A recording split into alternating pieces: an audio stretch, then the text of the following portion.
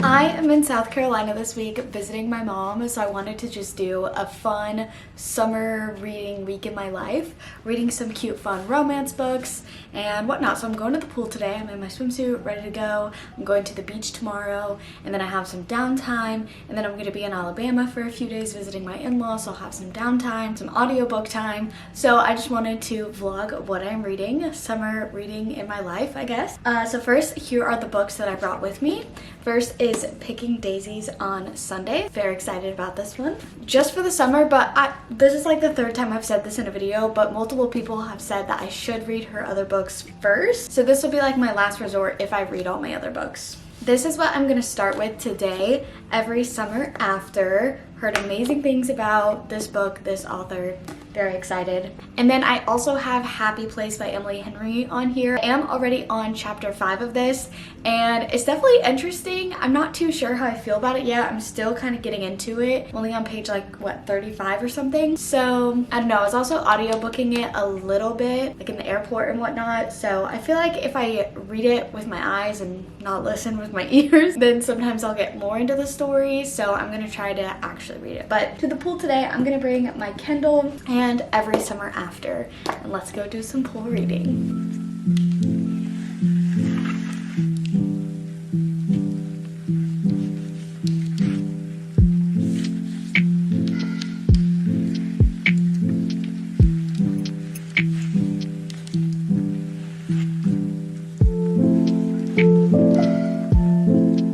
Little update, I am halfway and I am low-key eating this book up. It is really easy to read, it flows really nice. I am enjoying the characters and like the nostalgia. It's such a nostalgic vibe. Like they're at a lake, they're teenagers, they're falling in love, and it keeps going back and forth between when they were like 13 and then 14 and then 15 and then 16, and then like modern day they're 30 years old and you know, they run into each other. It is so good. I'm loving it. I'm kind of scared for like essentially what the twist or like the thing that gets revealed is going to be. I kind of have an idea of what it is, and I'm going to be annoyed if I'm right, but I'm loving it. I don't know, like as of right now, I feel like my rating's somewhere in the 4-star range, but it could be a 5-star. I feel like I love that they're at a lake. I love the nostalgic vibes. The chapters are a little long, but they go by so fast, and I like that we're switching between when they were kids and when they were adults. I don't know. I think I need to finish it before I even think about what I might rate it. I need to know how it ends. But the fact that I was able, like, I literally just sat down and read 50% of it in one sitting, obviously that shows it's a good book. So let's keep reading every summer after. I'm going to the beach now, so I'm bringing the same book, Every Summer After, and then I'm also going to bring Picking Daisies on Sundays. I don't know if I'll finish this, depends how much yapping I do, but I am planning on just chilling and reading most of the day, so those are options. And I'm also bringing my Kindle just in case. You never know. It's just good to have like unlimited library with you at all times.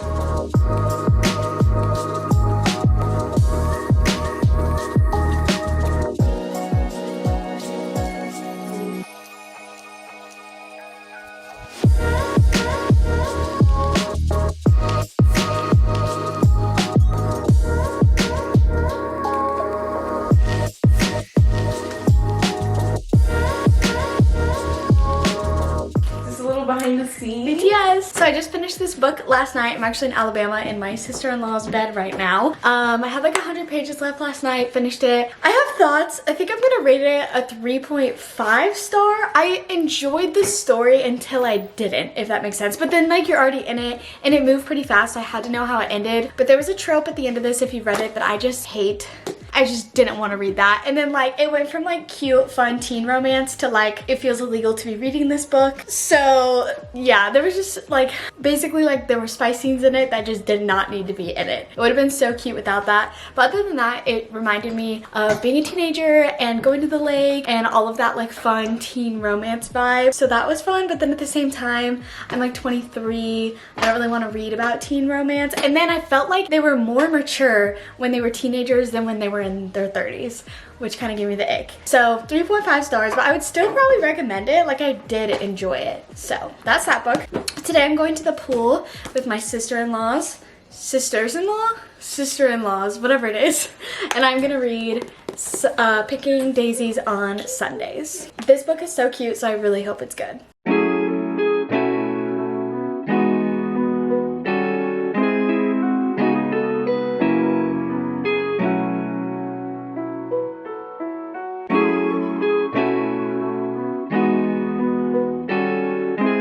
I feel like I need to do a little update for you guys. It's been 8 days since I started this book in Alabama, and I'm on page 90. It's low-key putting me in a reading slump because I just can't get as invested. Like, I should be invested by now, and I'm just not. I get how people would love this book. I just don't think it's for me. And I really want in this video to read at least 3 like romances, but I don't know if this genre is for me. I thought I would be a die-hard romance girly. I love watching rom-coms and romance movies, but I also do stuff while I watch the movies, so having like my full attention and I'm not hanging out with like girls and watching it and making it like a girly pop time, I feel like it's just not for me, unfortunately, because I really wanted it to be. I am gonna push through and finish this because I love the idea of it, but then I also keep kind of cringing out at some of the romance, but I know I just need to like put myself in it and like really enjoy it, but I can only read like 20 pages at a time because I'm just not that into it. Maybe it'll pick up, maybe I'll get into it, I don't know. This also takes place in the spring, so if you're thinking about reading this, if you like romance, maybe read it in the spring. I don't think it really matters, it's still giving summer vibes, but I will say I took a quick little I read this whole book. So like that's where I'm at. Like I wanted to do a week of reading only romance, and then I read this entire book, and I'll make a different video about this book. 4 stars, amazing, love it, ate it up. And I really love a side plot of romance, or just like other stuff other than the romance happening. This, I feel like, has made me realize, and the last book, I don't like real life books. I don't know, like this is too real. I could have lived this, so I don't really care. I don't know. I think I'm just still trying to figure out what kind of genre I like, and that's okay, and we all can have different preferences. And I 100% how this book could eat. It could be so good, but it's just not for me. It's just not hitting, and I hate that because I want to like it. It's so cute. Are you kidding me? And the author's doing a good job. Like, you know, it's really nothing with her writing. So I don't know. Let's keep reading.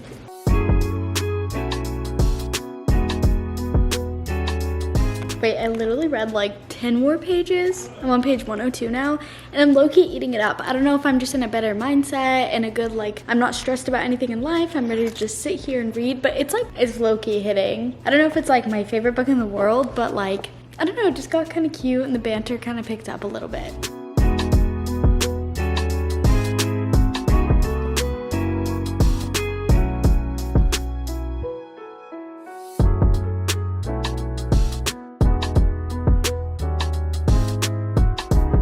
I just finished Picking Daisies on Sundays. I thought this would be a nice background, and it's like super loud outside. I'm in Canada, and it took me a while to read this. I want to do a little review. I'm actually gonna move inside because it is quite loud. Review of Picking Daisies on Sundays.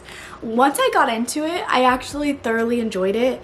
I read a majority of it on the plane yesterday, and it was like super entertaining for that type of vibe. So like I said, I think I just need to be in the mood for these kind of books, because now that I've read it and I was in the mood for it and everything, I'm gonna rate it also a 3.5 star. I feel like a 3.5 star for me is something that I would potentially recommend, and I enjoyed. I didn't hate it, but I didn't love it, if that makes sense. And I think that's just how this genre is going to be for me, because this was a really good romance book. So if you love romance, highly recommend. And basically it is about these high school best friends, a guy and a girl, Levi and Daisy or Daniela, and they run back into each other after 4 years. She confessed her love to him, and he kind of like denied her, and then they ran into each other. And then he was like, oh my gosh, can you pretend to be my girlfriend for my sister's wedding so I can get this job? And then they're doing all these events leading up to the wedding. Of course, husband in the bathroom. And Daisy still has feelings for Levi like the whole time.